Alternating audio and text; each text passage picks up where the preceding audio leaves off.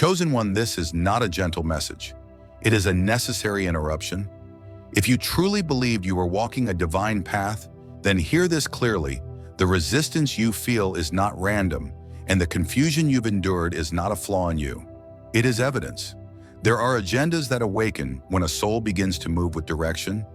There are forces that only activate once purpose becomes visible. And that is why the pressure increased the moment you stopped drifting. You wondered why clarity seemed to fade right when conviction arrived. Why doubt whispered louder after moments of certainty. Why voices offering help multiplied just as you felt ready to step forward. That wasn't coincidence. That was interference. Deception rarely announces itself as opposition. It disguises itself as concern, as realism, as caution, as advice meant to protect you. It speaks softly, it sounds reasonable, and it always questions your timing, your worth, or your readiness, never your dream directly. This message is arriving now because discernment is no longer optional. Belief alone will not protect your path. Good intentions from others will not guarantee alignment, and sincerity does not equal truth. You are not being called to fear hidden agendas. You are being summoned to recognize them. Because once you see the pattern, it loses power. Once the veil is noticed, it cannot fully deceive again. And once you understand that manipulation often comes disguised as guidance, you stop surrendering authority over your direction. This is the moment where innocence matures into awareness, where faith sharpens into discernment, where walking your path requires sight, not just hope. Stay with me. What follows will clarify what has been subtly working against you and why seeing it now changes everything. The moment you realize something was off at the end of the last section, that feeling was not imagination. It was recognition beginning to surface. Because deception does not arrive with horns or threats. It arrives with language. Carefully chosen, repeated softly. Delivered by mouths you didn't expect to doubt. You've heard it before. Just be realistic. Maybe now isn't the right time.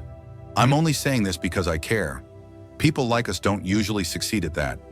Don't rush, wait until you're more prepared. None of these sentences attack your calling directly.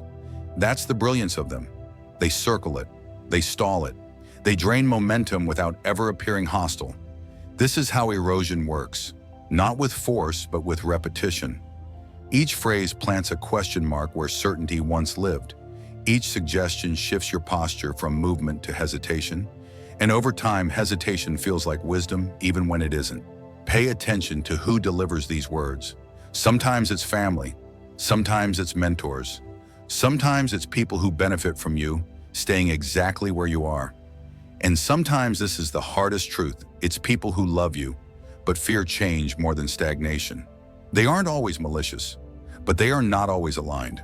And alignment matters more than affection when destiny is involved. Notice the behavior patterns that accompany the words. The subtle sigh when you speak with conviction.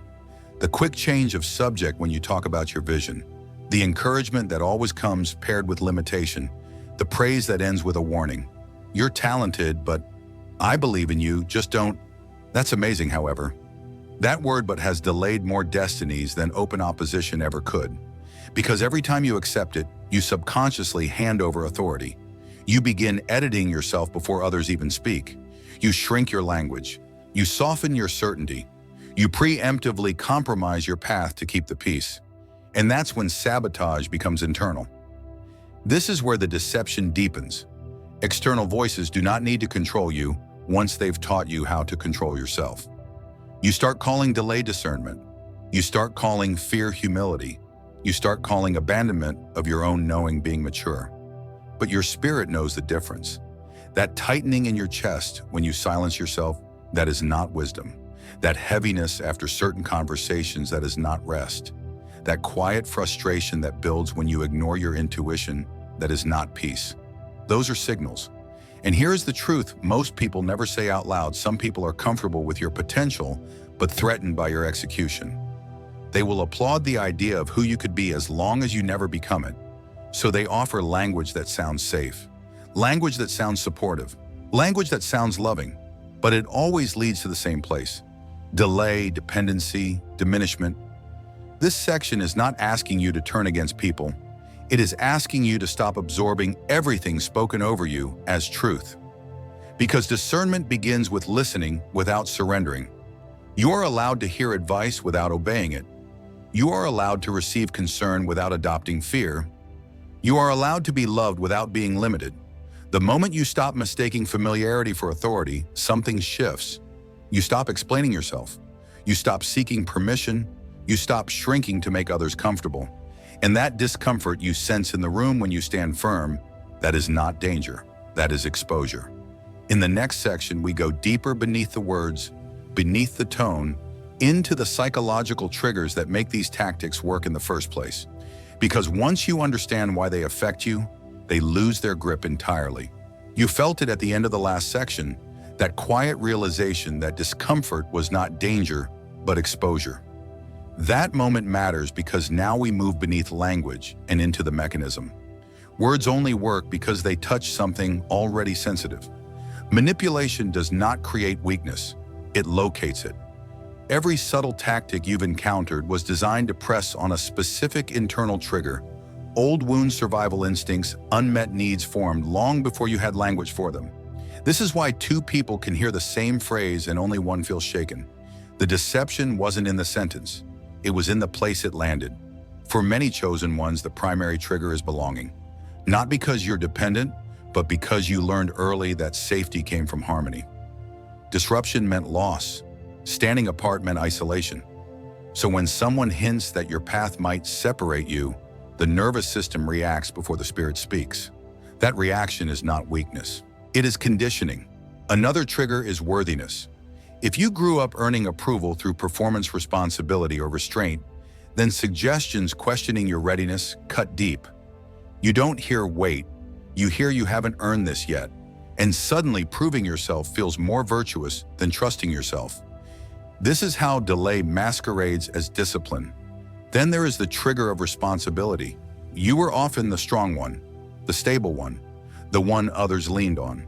So when pursuing your path threatens that role, guilt surfaces. You feel selfish for choosing alignment over availability. And manipulators, consciously or not, sense this immediately. They frame their needs as emergencies, their expectations as obligations, their dependence as loyalty. And you stay not because it's right, but because leaving feels like betrayal. But hear this carefully: abandoning your calling to preserve comfort is not sacrifice. It is self-erasure. There is also fear of failure, but not in the way people assume. It's not fear of falling short, it's fear of confirming old narratives. Fear that if you try fully and still struggle, the voices were right. So part of you hesitates, believing partial commitment protects you from full disappointment. That hesitation becomes leverage. Manipulative influence thrives in ambiguity. It feeds on your inner debates. It grows strongest when you haven't named your own fears yet. This is why clarity is dangerous to deception. Once you identify the trigger, the tactic loses stealth. Once you see the pattern, the emotional charge weakens. Once you realize your reaction is learned, not prophetic, you regain authority. Notice how often doubt arrives right after progress. Notice how confusion spikes when momentum builds. Notice how external noise increases when internal alignment strengthens. That pattern is not accidental, because when you are uncertain, you are easier to steer. When you are emotionally flooded, you are more suggestible. When you are tired, you outsource discernment. And this is the deepest layer of deception, convincing you that exhaustion is normal, confusion is humility, and silence is maturity. But your intuition was never meant to be overridden. It was meant to be refined. Discernment is not loud suspicion. It is quiet recognition.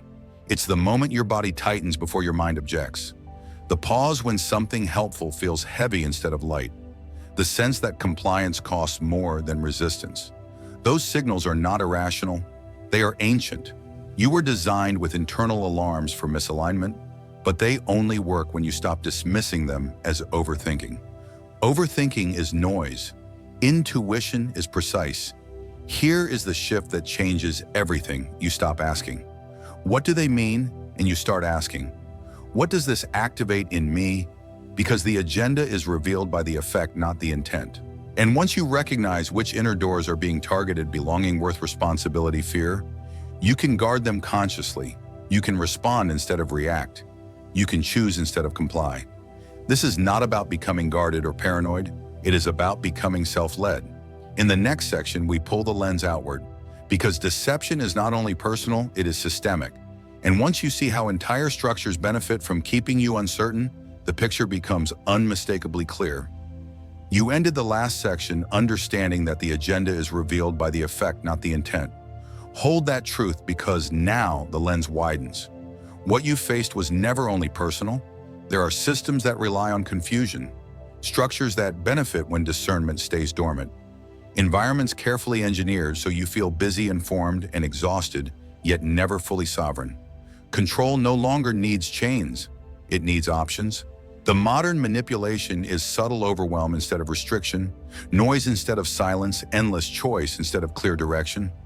When everything feels important, nothing feels decisive. And when urgency is constant, discernment is postponed indefinitely.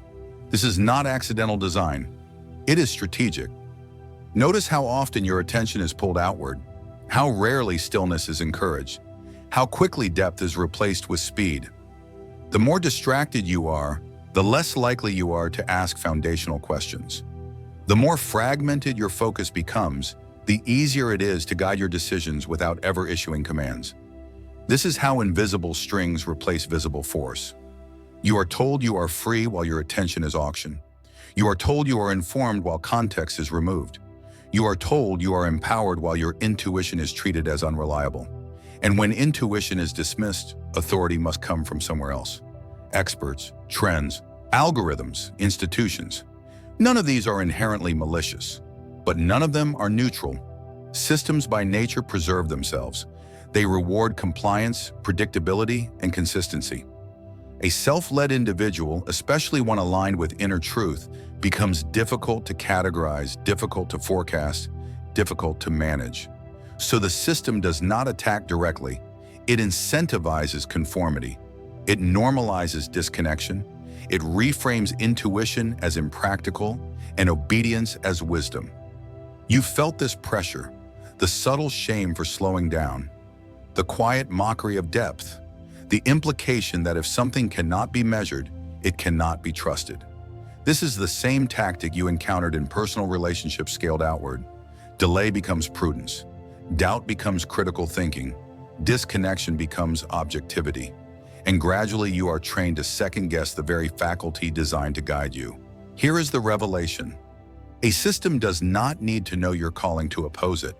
It only needs to reward behaviors that keep you from listening inward. Constant engagement replaces contemplation. External validation replaces internal knowing. Endless information replaces embodied wisdom. And when your inner compass is dulled, direction must be supplied. That is power. But this is not a message of paranoia. It is a message of literacy. Once you understand the mechanics, you stop personalizing the pressure. You realize your resistance to certain environments is not rebellion, it is resonance. You sense when a structure drains you, not because you are weak, but because it is misaligned with how you are built. You were never meant to move at algorithmic speed. You were never meant to outsource your sense of truth. You were never meant to live in constant reaction. This awareness changes your posture. You stop internalizing systemic friction as personal failure. You stop forcing yourself to fit containers that compress your clarity. And most importantly, you stop confusing visibility with validity. The system rewards what is repeatable. Your path is singular. In the next section, we bring this understanding into the present world you are navigating right now, where hidden agendas no longer hide in shadows, but in patterns we've been trained to ignore. Once you see them operating in real time, you will never unsee them again. You just recognize that systems don't need to attack you to shape you. They only need to reward what keeps you disconnected. Now look around. The patterns are no longer theoretical. They are visible, current, and unfolding in plain sight. Watch how narratives shift faster than reflection can keep up. How outrage cycles replace resolution. How attention is constantly pulled toward urgency, while meaning quietly erodes. This is not chaos, it is conditioning. Notice how fear is monetized, not always through panic, but through anticipation. A constant low-level anxiety that keeps you checking, scrolling, refreshing, staying alert, but never grounded. When fear stays ambient, discernment weakens. You become reactive instead of reflective. and reactivity is profitable. Observe how identity is fragmented into labels that compete rather than integrate, how complexity is flattened into sides, how nuance is framed as weakness. Because a divided inner world mirrors a divided outer one. When people are busy defending positions, they stop questioning premises. When loyalty to narratives becomes emotional, truth becomes negotiable. And when belonging is tied to agreement, silence becomes safer than honesty. These are not accidents of culture, they are leverage points. Look at how support is often offered conditionally. Resources with strings, platforms with expectations, opportunities that require self-censorship. The message is subtle but consistent. You can advance as long as you adjust your tone, adjust your truth, adjust your boundaries. And many do not because they lack integrity, but because survival taught them adaptation was wisdom. But adaptation without discernment becomes assimilation. Another pattern, the glorification of busyness. Rest is framed as laziness, slowness as irrelevance, depth as indulgence. Why? Because someone who never pauses never recalibrates. Someone who never rests never hears themselves. Someone constantly occupied rarely asks, "Why am I doing this?" You felt this pressure to stay productive even when misaligned, to keep moving even when something felt wrong, to justify exhaustion as commitment. That is not devotion, that is depletion. And depletion makes people manageable. Notice how truth is often drowned not by lies but by volume. So many voices, so many takes, so many opinions that certainty feels arrogant and silence feels safer. In this fog, clarity becomes rare and therefore powerful, which is why it's discouraged. The most effective agendas don't demand belief, they demand distraction. They don't silence intuition directly. They keep you too busy to hear it. And here's the part that matters most. You were never meant to consume reality passively. You were meant to discern it. When you feel a quiet resistance to certain trends, it's not because you're behind, it's because you're not easily programmable. When something feels hollow despite popularity, that's not cynicism, it's sensitivity. You sense misalignment before it has language. This is why clarity feels lonely at first, because mass agreement is loud and inner truth is quiet. But understand this, not everything widely accepted is widely examined. Not everything celebrated is sustaining, and not everything offered is meant for you. Once you see agendas operating through incentives, exhaustion, and emotional hooks, you stop asking, "Why does this feel wrong?" You already know. The question becomes, what will I tolerate? Because awareness introduces responsibility. In the next section, we turn inward again, not to analyze the world, but to protect your inner space. Because seeing deception is only half the work. The other half is fortifying what cannot be easily accessed or influenced. You ended the last section with a question that changes everything. What will I tolerate? That question draws a line most people never dare to draw. Because now we must talk about support. Not the kind that strengthens you, but the kind that quietly binds you. Conditional assistance rarely looks manipulative. It looks generous. It looks timely. It arrives when you are tired, uncertain, or stretched thin. And that is precisely why it works. You've encountered it before. Help that comes with expectations. Opportunities that require silence. Guidance that subtly replaces your own knowing. At first it feels like relief. Finally someone sees you. Finally a door opens. Finally the weight lightens. But over time something shifts. You begin filtering your truth before speaking. You hesitate to say no. You feel pressure to remain agreeable, available, indebted. This is the invisible contract. Nothing is stated outright, yet compliance becomes assumed. You sense that dissent would cost you access, approval, or stability. So you adapt. You compromise softly. You tell yourself it's temporary, and slowly your path bends. This is not always done with malice. Many people offer conditional support because that is how they themselves were supported. They don't know another model. But impact does not require intent to be binding. Here is the key distinction. Genuine support expands your sovereignty. Conditional support replaces it. True allies ask, "What do you sense?" Manipulative allies say, "Trust me." True allies celebrate your independence. Manipulative ones reward dependence. True support remains even when you disagree. Conditional support withdraws when you assert boundaries. Pay attention to how assistance reacts to your autonomy. Do they encourage your discernment, or do they grow uncomfortable when you question? Do they respect your pace, or do they rush you toward outcomes that benefit them? Do they strengthen your inner compass or slowly position themselves as the reference point?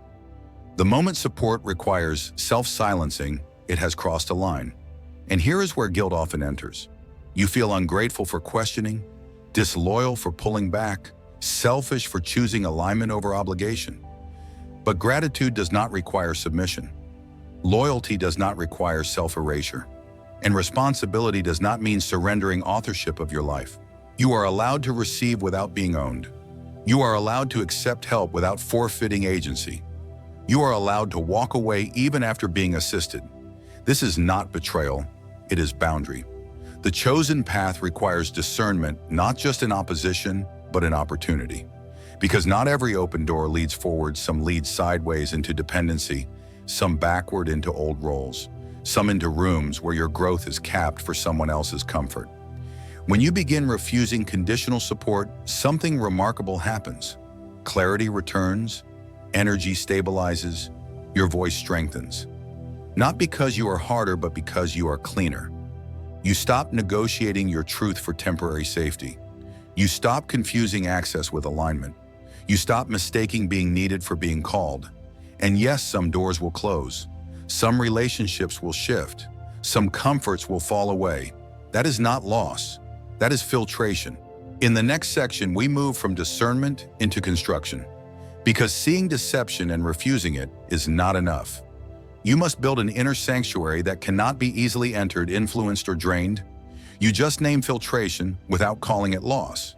That understanding matters because now we build what remains. When conditional doors close, an inner space opens. Quiet at first, unfurnished, unfamiliar. This is where many people panic and retreat back to noise. But this is the threshold of the sanctuary. The inner sanctuary is not an escape from the world. It is a protected center within it. Without this, discernment collapses under pressure. With it, manipulation cannot find purchase. Begin with stillness, not as passivity, but as authority. Stillness is where you reclaim authorship over your attention. Even short intentional pauses recalibrate the nervous system and interrupt reactive loops trained by external demands. Silence is not emptiness. It is signal restoration. When you create regular moments where nothing is asked of you, intuition rises naturally, not dramatically, precisely. You start noticing what drains you immediately, what feels heavy without reason, what conversations fracture your clarity. That noticing is defense. Grounding is next, not spiritual abstraction, but physical anchoring. Return awareness to the body, your breath, your posture, your pace. Manipulation thrives when you live in your head. Grounding pulls you back into presence where urgency loses its edge and emotional hooks weaken. Your body knows when something is off long before your mind rationalizes it. Treat that knowledge as data, not inconvenience. Now we seal the sanctuary with clarity. This is where journaling becomes more than reflection, it becomes filtration. Write without performance, write without explanation. Ask simple, dangerous questions. What am I tolerating that costs me energy? Where do I feel obligated instead of aligned? What do I know but keep postponing? Do not rush to answers. Let the questions work on you. Clarity does not arrive as a flood. It arrives as a tightening list. You begin to see where your time leaks, where your yes is misused, where your presence is assumed rather than honored. Meditative practice reinforces this seal not by emptying the mind, but by observing it. Watch which thoughts repeat when you slow down. The ones that rush you, shame you, or warn you without evidence, those are not guidance. They are residue. Guidance is calm, even when firm. As this sanctuary strengthens, something shifts externally. Manipulative conversations shorten. Energy-draining dynamics feel obvious. Noise becomes easier to ignore. Not because the world changes, but because your access points close. You stop explaining your boundaries. You stop justifying your pace. You stop inviting interference through overexposure. This is resilience, not hardness, not withdrawal, but selective permeability. Only what resonates enters. Only what aligns remains. This sanctuary will be tested. Pressure will return in subtler forms. That is why this is not a one-time practice, but a posture. And now that your center is fortified, we move to the next stage: navigation. Because protection without direction can still stall movement, in the next section you will develop a clarity compass, an internal system that detects distortion instantly, even when it sounds reasonable, even when it comes dressed as truth. You ended the last section knowing your sanctuary will be tested. That expectation is not pessimism, it is preparedness. Because once your center is fortified, deception adapts. It stops pushing, it starts persuading. This is where the clarity compass becomes essential. Discernment at this level is not analysis, it is recognition. The clarity compass does not argue with distortion, it detects it. You've experienced this before. A statement sounds reasonable, even intelligent, yet something in you tightens. The logic checks out, but the resonance doesn't. That mismatch is the signal. Truth integrates, distortion fragments. When something is aligned, it brings coherence even if it challenges you. When something is deceptive, it creates urgency, confusion, or subtle pressure to decide now. The compass reads not the words, but the effect. Ask yourself one question and listen beneath the answer. Does this expand my clarity or compress it? Expansion feels steady. Compression feels rushed. Manipulation often demands immediacy. Alignment allows timing. This is why emotional appeals are so effective. They bypass the compass by flooding the system. Sympathy, fear, guilt, flattery, all designed to shorten the distance between stimulus and compliance. Your task is not to eliminate emotion. It is to delay response. A pause is power. When you stop reacting immediately, false urgency collapses. Distortion cannot survive stillness. It requires motion, agreement, or explanation to continue operating. This is where boundaries sharpen. A boundary is not a wall. It is a line of clarity. You do not owe access to your energy. You do not owe justification for your no. You do not owe availability to every demand dressed as need. No is not rejection. It is direction. And here is the truth most people struggle with. Your nervous system will protest at first because you were trained to equate boundaries with danger, to equate refusal with abandonment, to equate self-leadership with selfishness. That training dissolves with practice.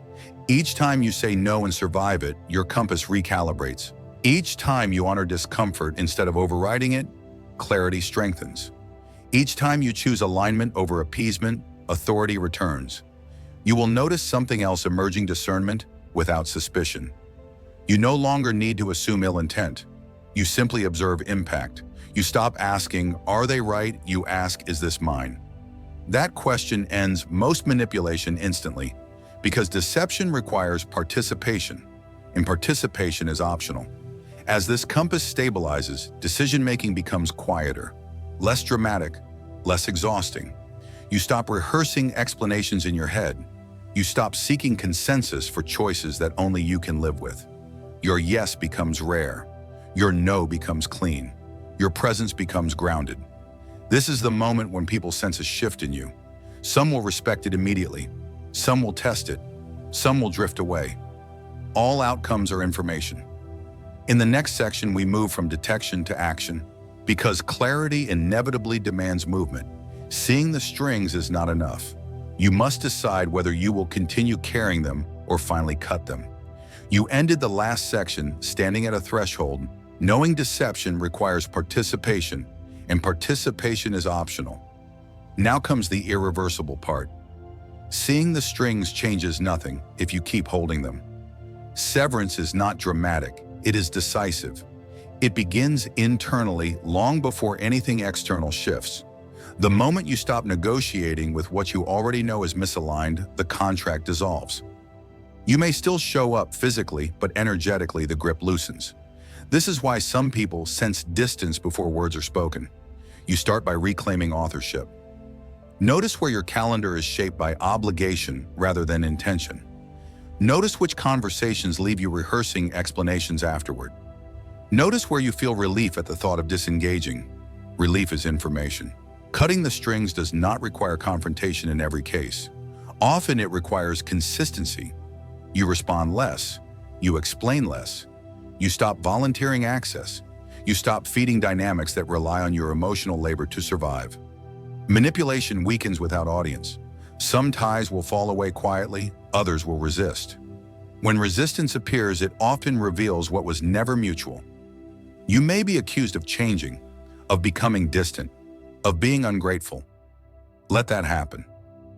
Growth always feels like betrayal to those who benefited from your compliance. This is where identity realignment deepens. You stop defining yourself by usefulness. You stop equating value with availability.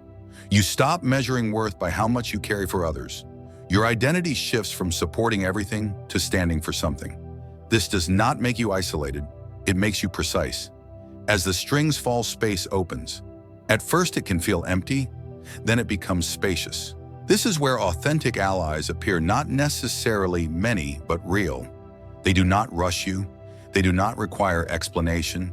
They do not compete with your clarity. Their presence feels clean. You recognize them not by intensity, but by ease. There is no pressure to perform, no need to filter truth, no cost to honesty. These connections do not hook into your wounds. They resonate with your direction. But understand, this alignment always costs something. You may lose access to certain rooms. You may step out of familiar roles. You may disappoint people who expected the old version of you. That cost is the toll for sovereignty, and once paid, it cannot be refunded. This is why many people hover at awareness, but never cross into action. They prefer insight without consequence. But you were not meant to collect understanding, you were meant to embody it. At this stage, clarity becomes responsibility. You no longer get to claim confusion where recognition exists.